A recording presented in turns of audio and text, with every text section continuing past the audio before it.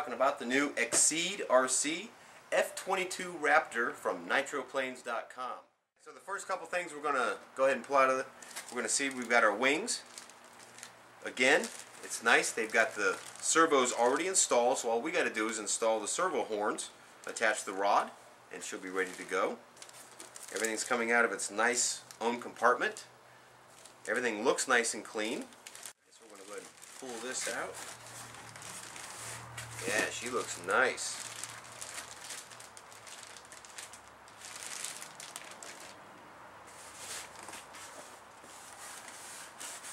At the very bottom I can actually find my verticals and my horizontals. They're in their own little compartment. The other slots are actually available for the larger pieces. You have your 14.4 volt battery. You have your aileron rods and elevator rods and the actual control horns. That's great. The next item in here, the wheels.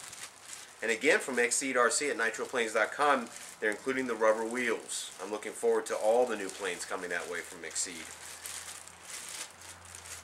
And last but not least, we actually have the nice 72 megahertz transmitter. Okay, I've got everything unpacked, laid out. I see I have everything that I need. Before I start building, again, the very first thing I'm going to go ahead and do is get this battery charged up. Because I'm going to be flying later today or tomorrow, and I want this thing all ready to go. Okay, I've got all my parts unpacked, got them all laid out. I have everything that I need. And looking at the instructions, the first thing they want you to do is apply the front nose, but I'm going to start with the fuselage. I'm going to install the wheels first, then the wings, then your elevator. Then once those are on, I'll flip it over, get the nose cone put on, get the verticals installed, and then take it for a taxi test. Just a quick note, the actual screw bolt should be facing the outside, and the wheels should be facing the front of the plane. There's two holes inside of the sprocket, so make sure you get it in the correct one. Again, the bar should be facing forward. Okay, now I've got the back tires, I'm going to go in and fix the front tire. And just one little side note, you'll notice on these tires they got a spring. A lot of them do. Some planes actually show the spring going toward the back, some show the spring going toward the front. The front of the box here, it actually looks like the spring is going toward the back of the plane. If I check the instruction manual, it's a little hard to see, but it does look like they want it facing this way, so the spring's going toward the back. What I'm going to actually do is I'm going to actually reverse that. I'm going to have it facing forward, so when it lands, the spring can actually work this way. The benefit is the battery box. When I try to open and close this battery box, if I have the spring facing backwards, I'm going to hit that spring. So if it's this way, every time I try to open my battery box, I'm going to get in there and it's going to be difficult for me to bend it and get it around the spring. So I'm going to go ahead and make sure the spring is facing forward, and that should make my life a little easier when I'm swapping out batteries going for my 10th flight in a row. So I'm going to line this up just about as straight as I can, eyeballing it. And then I'll be able to make my adjustments later after I put power to the system and give her a good little run up.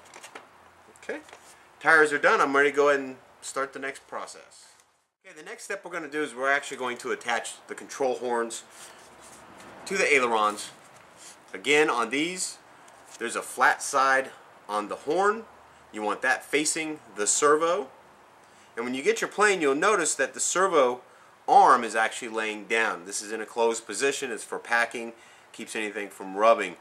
Before I actually connect the control arm, I'm going to have to provide power to get that arm to center. So for right now, all I'm going to do is I like to attach my horns, get it installed on the plane, glue it down, everything's ready to go. I get all the wings done, I include the elevators, get those attached. Then I provide power to the plane, and this is before I put my verticals on. So this way I can...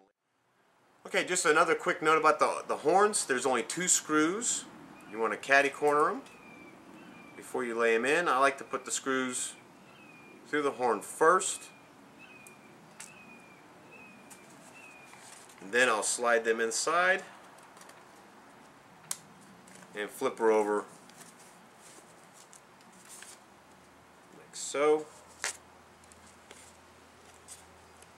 I get my attachment on there, lined up as best I can, start attaching. Okay, I've got both aileron horns installed. I'm ready to move on to the elevators now. Okay, I'm ready to begin on the elevator, putting the servos on. It's important to note that the bottom, the side that you want the actual horns to go on, is going to be the side that actually has the curved end here. This actually curves up. This is the bottom of the wing. And I'm going to place the horn on the elevator, making sure the flat side faces toward the front of the plane. This way when the horn goes onto the servo, everything will be lined up.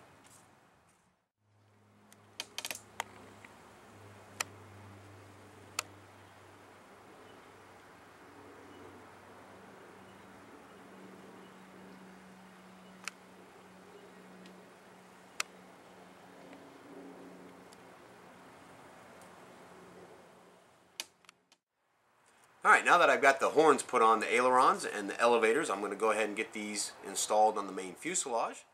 Okay, I'm ready to go ahead and get my wing attached to my fuselage. First thing I need to do though is get this servo connector out of here. Get the tape off of it. Actually, I'm going to leave the tape on there. I'm going to pull this slightly back and actually kind of just wrap it and attach just a little bit to the tire. This will keep this from flopping around, keep it out of the way while I'm gluing. Then I'll remove the tape and continue on.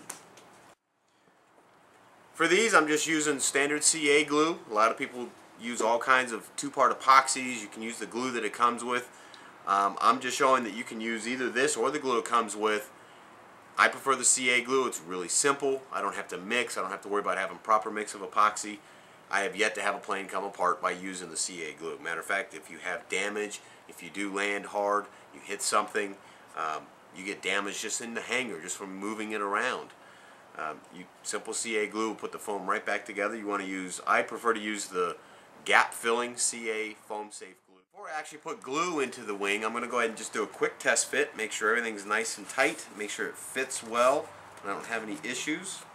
I want to see if I can line up, see what kind of alignments I have. Everything seems to fit nice and snug, so I should be good to go laying it down right on its back and doing this.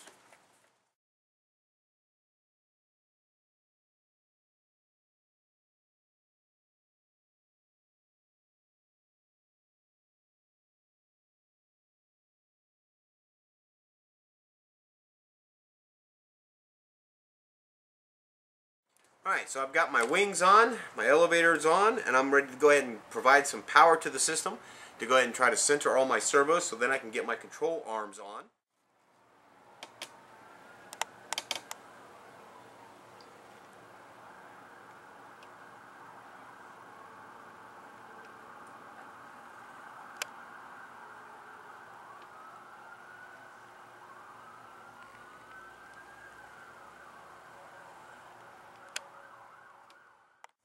Before I glue, I'm going to actually do another test fit. It's a good idea to always test fit the pieces.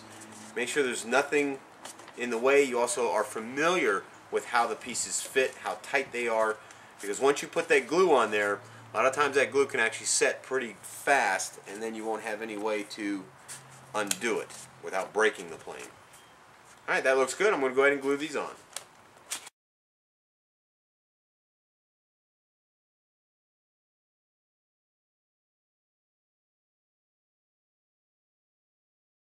Go ahead and dry fit my canopy, make sure she looks good, put a little glue around it, and we're almost finished.